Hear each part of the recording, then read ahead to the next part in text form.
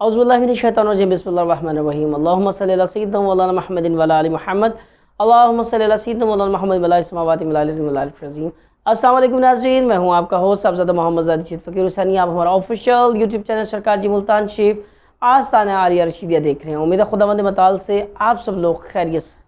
आज की वीडियो माओं के लिए बहुत ख़ास है क्योंकि आज बड़े ही ख़ास मौजू के साथ आपके खिदमत में हाजिर हैं और वो मौजू है अक्सर माएँ परेशान हो जाती हैं कि बच्चा 3 से 4 क्या बल्कि 5 साल का हो गया है लेकिन कुछ बोल नहीं रहा। तो उन लोगों को बाज़ दफ़ा ख़तरा भी महसूस होता है कि कहीं खुदा ना खास्ता हमारा बच्चा गूंगा तो नहीं है। कुछ बच्चे ऐसे भी होते हैं कुदरती तौर पे जो देर से बोलना शुरू करते हैं, तो माएँ ये ख्याल करती हैं कि शायद हमारे बच्चे गूंगे हैं या बोल नहीं सकते, तो उसके लिए बड़ा परेशान होती हैं।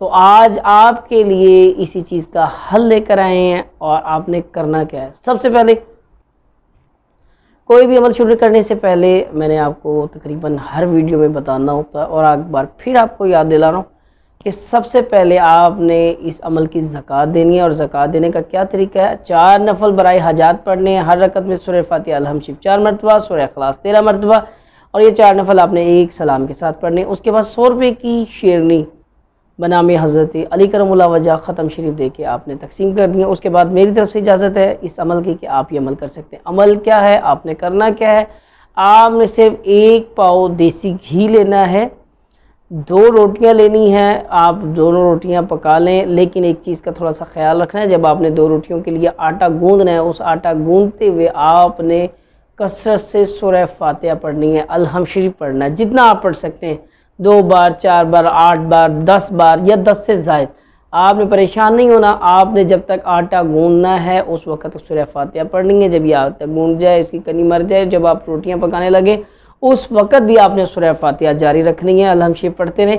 उसके बाद जब दोनों रोटियां पक के उतर जाएँ तो आपने वो जो 1 पाव घी लिया उसमें से थोड़ी सी मिकदार लेनी है और इसको चूरना शुरू कर देना है, जैसे हम माएँ चूरी बना कर देती हैं। मुझे ख़ुद याद है, मेरी माँ अल्हम्दुलिल्लाह मुझे अब तक चूरी बना कर देती है।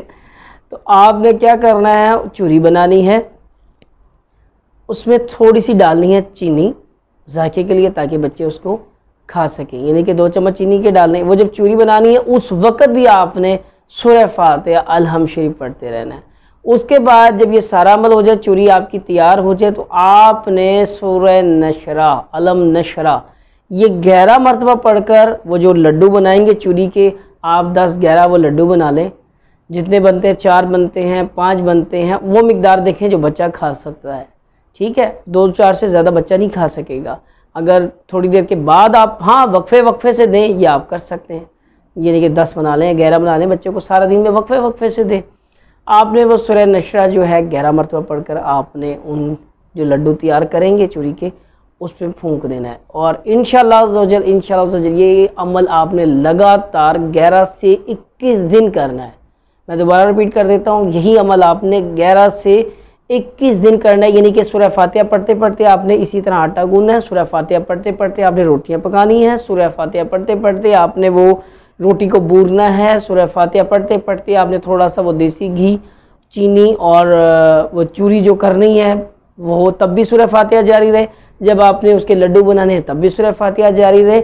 और जब ये सारा अमल हो जाए, लड्डू आपके तैयार हो जाए, तो फिर आपने सूरह नशरा अलम नशरा 11 मरतबा पढ़कर उस पर दम करना है। और इससे पहले क्या करना है, अमल की ज़कात देनी है। अमल की ज़कात क्या कर देनी है, 4 नफल बराए हाजात, हर रकत में सूरह फातिहा अल-हम शरीफ 4 मरतबा और सूरह इखलास 13 मरतबा, 100 रुपये की न्याज बनामे हज़रत अली करमुल्लाह वजह।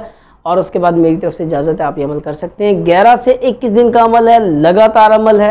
वक्फा आ जाए, नागा हो जाए, तो जो दिन आपके काउंट नहीं हुए उनको दोबारा, जिन 2 दिन का नागा हुआ, 3 दिन का नागा हुआ, दोबारा से इसको पूरा कर लें इंशाअल्लाह। और कोशिश करें उस बच्चे की ज़ुबान से जो पहला लफ्ज़ निकले वो अल्लाह का हो।